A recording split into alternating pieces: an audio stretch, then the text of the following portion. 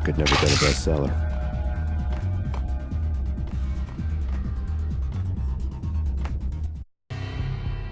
Given the setting, I was surprised to find that somebody had been passing time reading. The paperback was entitled, The Age of Murder and Storm.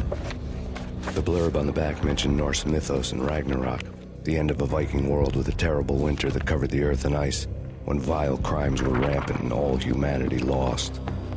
I could see how somebody impressionable might get it into their head that we were at the end of time. I was also beginning to see what the nightclub and its owner were all about.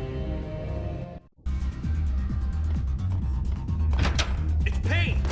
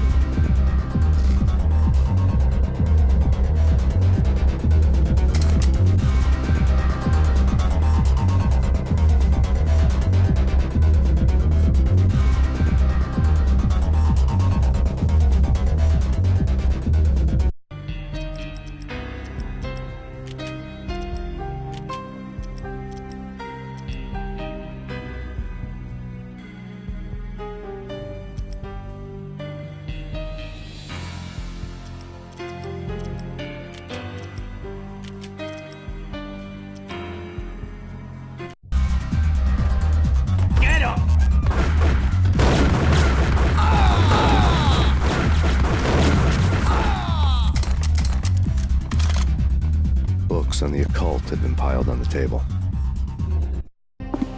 The room was stacked with light reading, such as Necronomicon, Witchcraft, and Paradise Lost. Old exotic titles like Malleus Maleficarum and De Umbrarum Reini Novum Portis. Books with pentagrams on their covers, all dealing with the occult and the infernal, lying between stacks of horror videos and a couple of Ouija boards. The only thing I could take seriously was the thought of Lupino taking it seriously. He had been spending a lot of time getting intimate with the guy downstairs.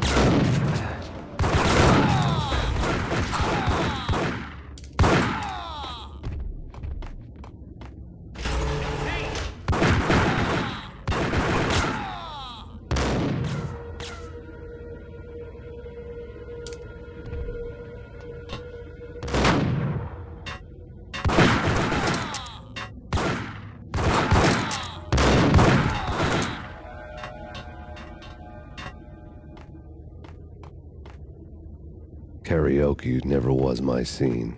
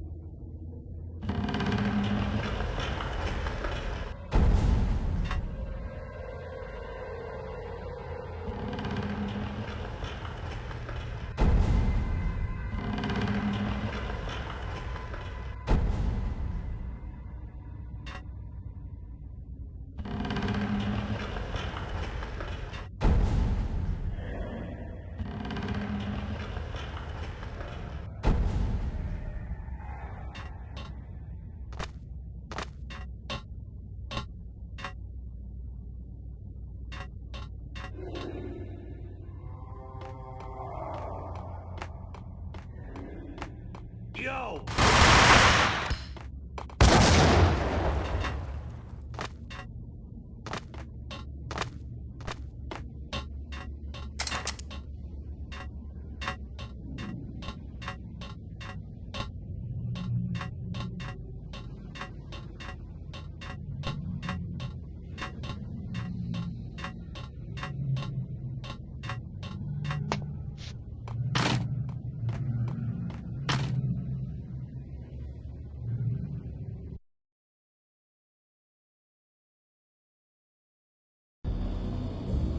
The backstage area led to Lupino's inner sanctum. The hot air inside was like an invisible wall, thick with incense and something else, a sickly sweet smell that made you gag. This was the rotten core of the Big Apple. Lupino lurked somewhere ahead, like a spider at the center of his web, waiting. The vapors in the air started to make my head swim. Torn pieces of a letter lay scattered on the sofa.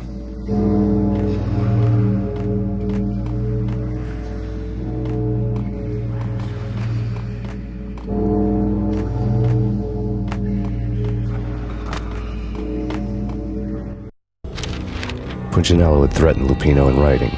The note had been torn to pieces, bloody fingerprints all over them. Don't want you to think that one of my boys is not playing with a full deck. Shape up, Jack. We are running a business here. I'd hate to send the trio to strong-arm you. The trio were the Don's notorious henchmen. It was obvious that Lupino hadn't been intimidated by the threat.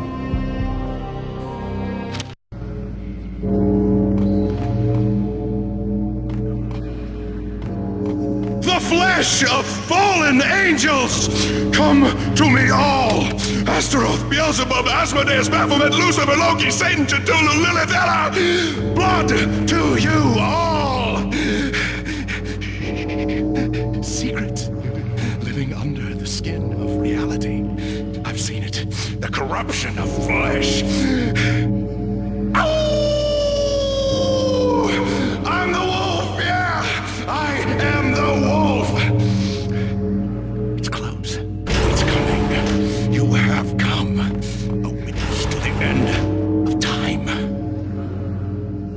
It's now! I will rise to her side! I don't need the words! I'm beyond the words!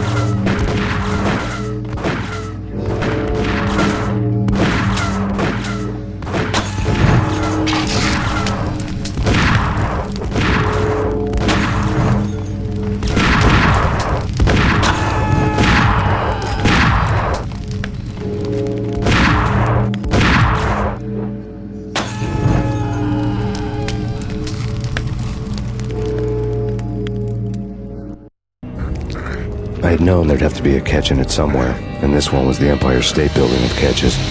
Lupino was pumped up and dying to go 15 rounds with a mutant alligator. And then he started this spooky monkey talk, straight from a bad dream. Mine. I have tasted the flesh of fallen angels. I've tasted the devil's green blood. It runs in my veins.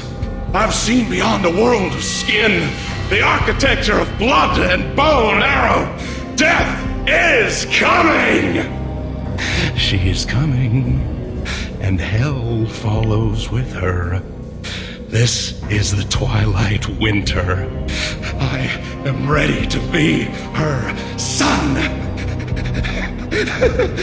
Her time is now, and all who stand in her way must die!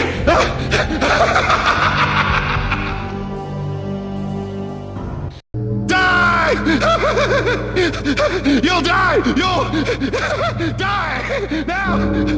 All die!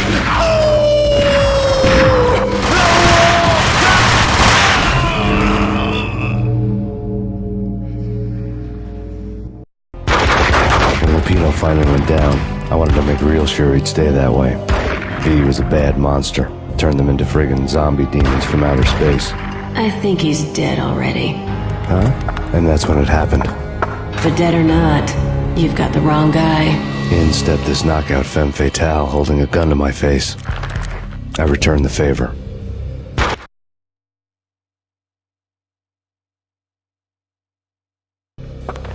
Lisa Punchinello. Lisa Punchinello was the Don's wife. Mona Sachs, Lisa's evil twin. Your safety's off, evil twin. You might hurt someone with that gun of yours. Lisa's the damsel in distress. I'm the professional. I'd blow you away without batting an eye. Sure, and you can check out my credentials splattered all over this joint. Jack couldn't have framed you, not the state he was in. We're after the same slime bag. Angelo Punchinello's the one who murdered your friend and framed you with it. You know this for a fact. I've got my sources. I don't have a clue these days. I just shoot them as they come. Who put a contract on the Archfiend? This one's mine. I hate the guts of that sadistic wife-beater. Why not pool our bullets for this one? I thought you'd never ask. My finger was starting to twitch. How do you like your whiskey? I'm easy, as long as you don't try to slip me a Mickey. You're a real angel, Max. It was good stuff. Tasted sweet as honey going down. Nothing personal. Can't risk you going berserk and getting Lisa killed.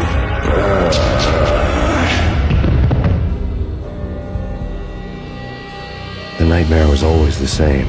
Violent shapes moving in darkness, old and ugly. The killer's mad laughter was a riddle filled with wicked innuendo.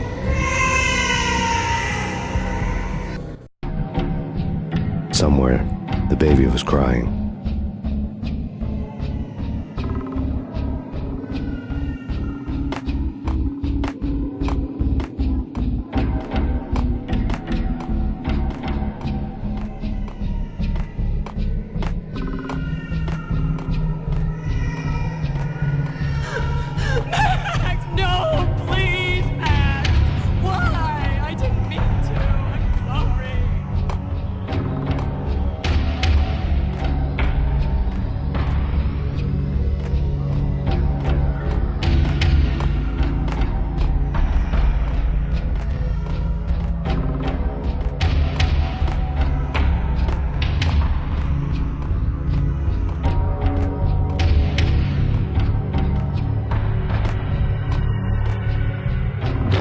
Should have known it when we found you snoring next to Lupino's corpse.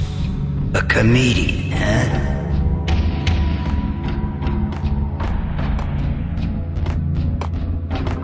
The pictures were filled with good old times. Alex and I had a few moments of glory between us. Crime-fighting comrades, the best in NYPD DEA collaborative team. Good-hearted macho bullshit like that. I would have given anything to have him here as my backup. No such luck. No luck at all.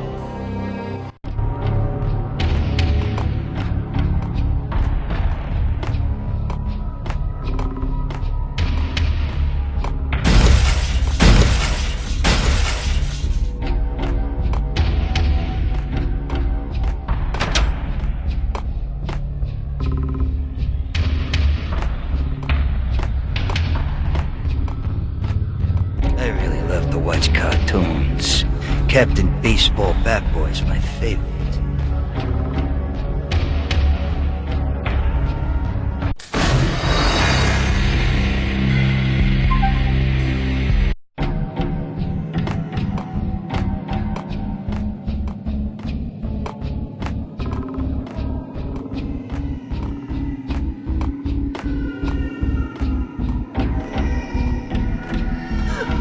Max, no, please, Max. Why? I didn't mean to. I'm sorry.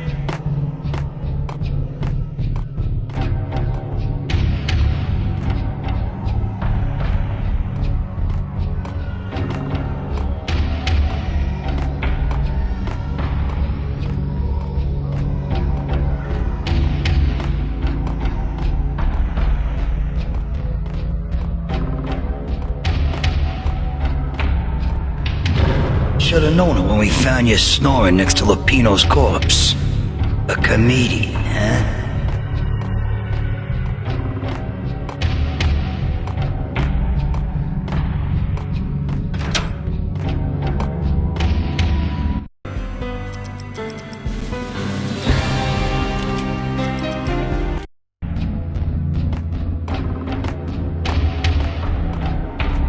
I really love to watch cartoons. Captain Baseball Bat Boy's my favorite.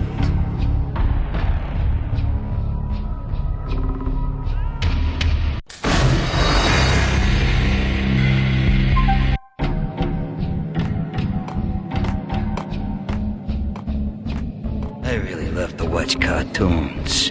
Captain Baseball Bat Boy's my favorite.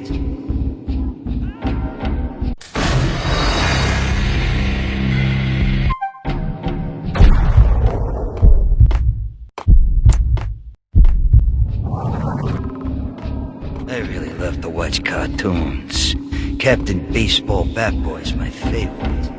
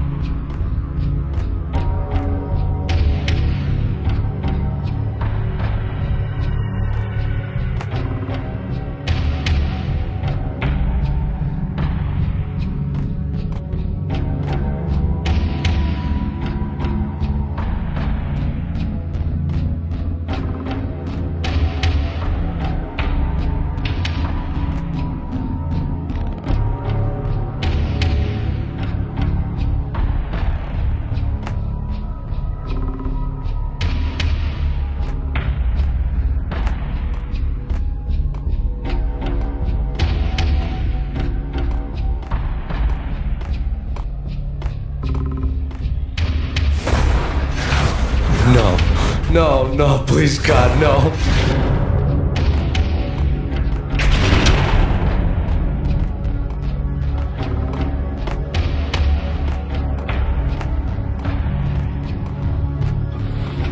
Slice them, dice them, shoot them full of holes, blow them to bits, vaporize them, disintegrate them.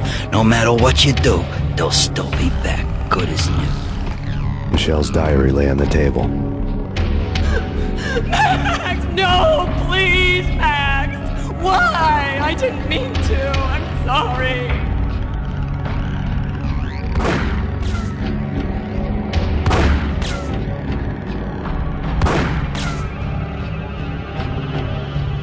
Murderer! You killed her! Nothing like that ever happens in the real world.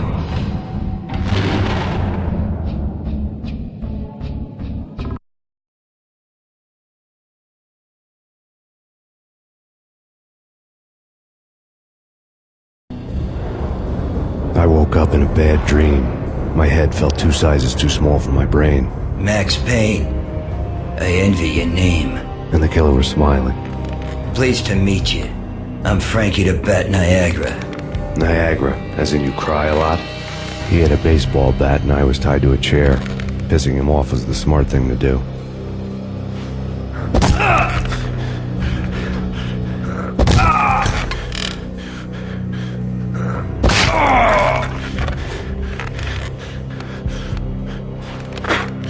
Nothing wrong with a little laugh now and then.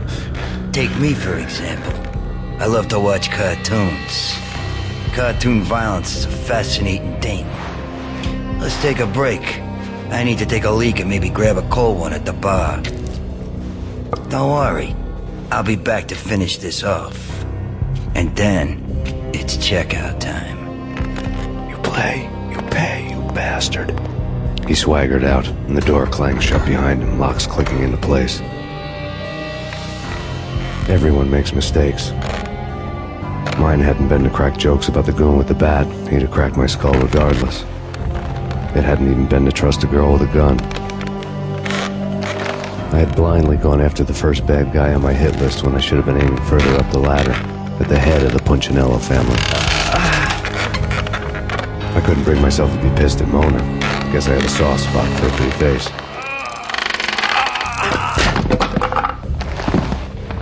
But when somebody decides to play baseball with your head, you tend to get sore.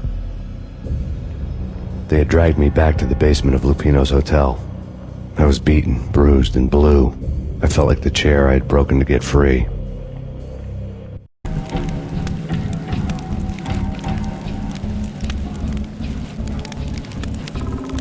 All I had was Niagara's bat, sticky with my own blood. Without a gun, I'd be no match for Frankie's men. I'd have to play hide and seek with them.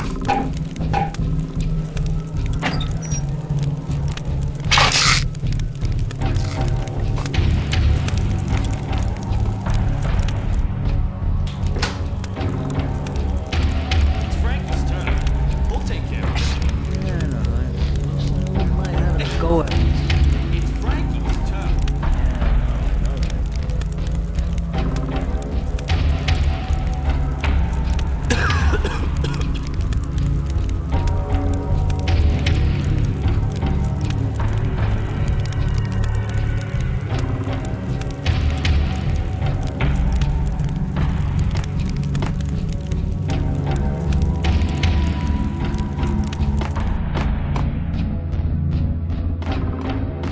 What the?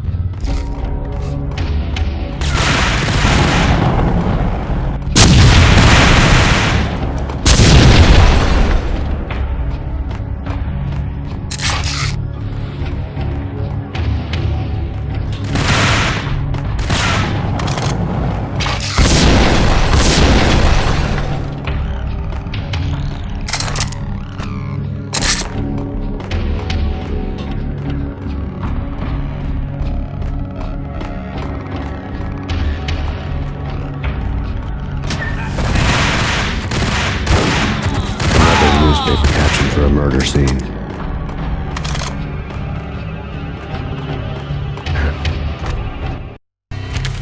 Frankie had left his calling card, a Captain Baseball bat boy strip, next to a sewer passage filled with bodies. You'd better not mess with Captain Baseball Bat Boy. Even my archenemy, Bicycle Helmet Girl, swoons at the sight of me. Aha! There were enough corpses to put a mass murderer to shame.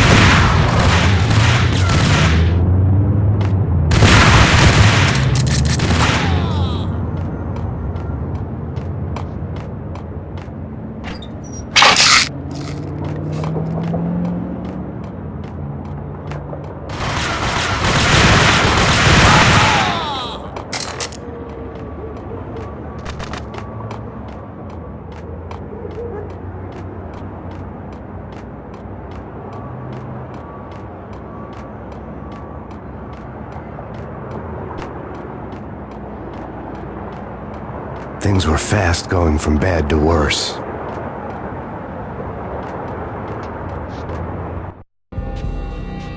The men in blue had come and gone. They had decorated the place with chalk outlines and tied it together with yellow tape. The cops who had stayed behind were dead. Frankie, his boys, and I had the place all for ourselves.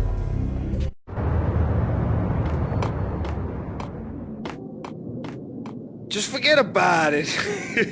Just forget about it. Hey, just forget about it. That crazy witch, you should have heard her. She was a real scream when the boys caught her trying to cap the Don. Oh, that's friggin' bad. To the trio? That's even worse than what Frankie's doing to that poor bastard downstairs. She's gonna take a long time to die. The mobster muscle on the phone was talking about Mona. Punchinello's trio were nothing but bad news.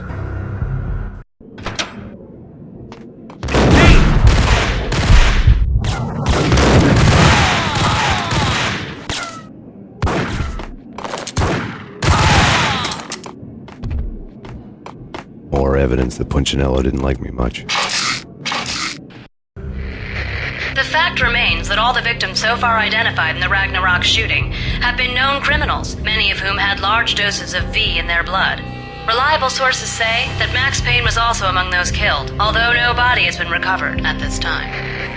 Reliable sources. That meant somebody thought the Mafia had me, didn't want the cops snooping around anymore. The body would be delivered to them barely recognizable. Case closed. Don Punchinello had the power to be that reliable source, which was no news. But his news was old news.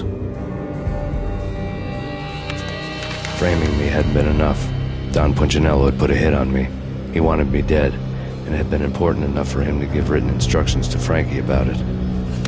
Max Payne should die like a dog for the trouble he's caused.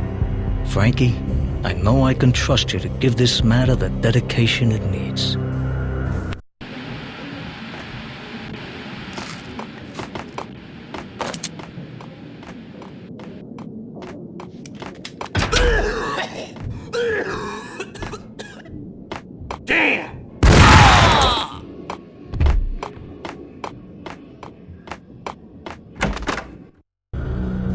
The hotel bar was fast developing quite a history.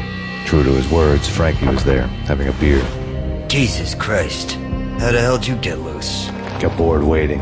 Thought, what the hell, we could just as well finish this here. Fine by me. This hotel is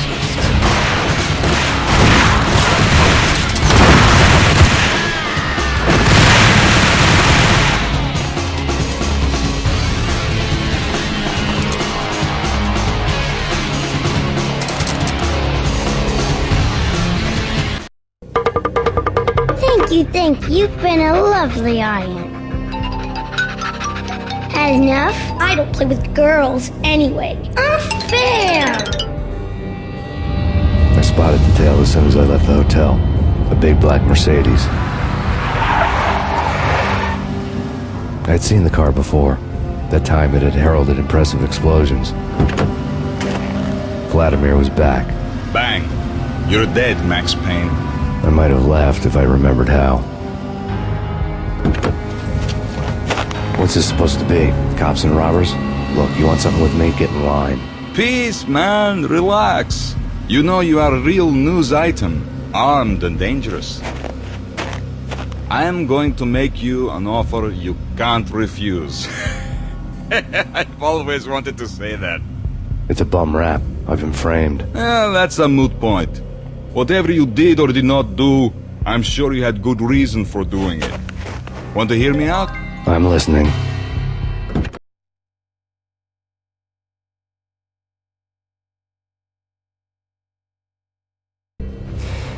Punchinello messing with V is bad for business all around. But that's not all. There is this guy, Boris Time, used to pull jobs for me. He's the captain of the cargo ship Charon. Now the bastard turncoat has gone over to the other side, Punchinello's. The ship's loaded with high-res hardware, guns, my business. If Punchinello gets hold of that cargo, he's won and I have lost. And you'll have your work cut out for you. If you want to get to Punchinello, you'll need heavy-duty persuaders. I am just the man to get them for you. Change the ship back under my flag, maybe pop 2 in the traitor Dime's head while you're at it. You'll get enough guns to start the apocalypse. You in or out? Let's get this show on the road. Vladimir was one of those old-time bad guys with honor and morals, which made him almost one of the good guys. None of us was a saint. The Brooklyn riverfront was a maze of rusty containers, sharp-boned cranes looming up from the snowstorm. On a night like this, you couldn't help but think of the dark army of dead men sleeping with the fishes, cement shoes in line. No Minotaur lurked in this labyrinth, but somewhere out there, on the clanking deck of his cargo freighter, the skipper of the Cheiron was waiting, like the ferryman in the river Styx.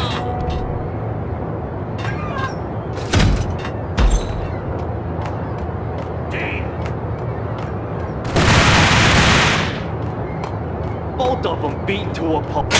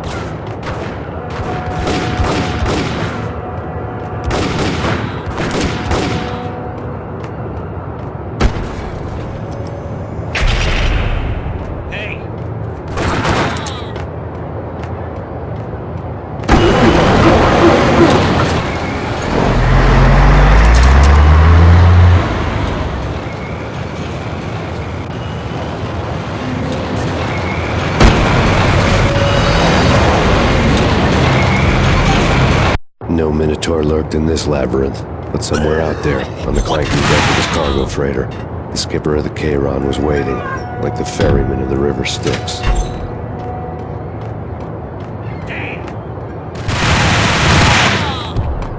Both of them beaten to a...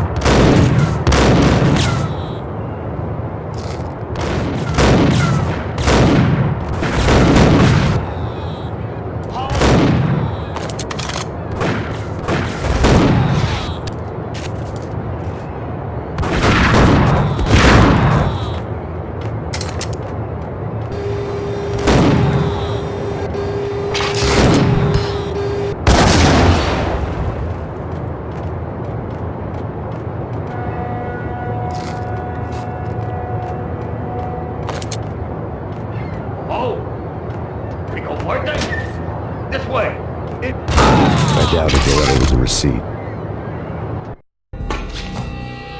Rico Muerte had come to town to do more than just sort out family troubles. Exhibits number 1, 2, and 3. A briefcase of money, a sniper rifle, and an envelope with one word neatly printed on a folded piece of expensive paper. Mayor. It didn't sound like a mafia contract at all. It was too cold and too to the point.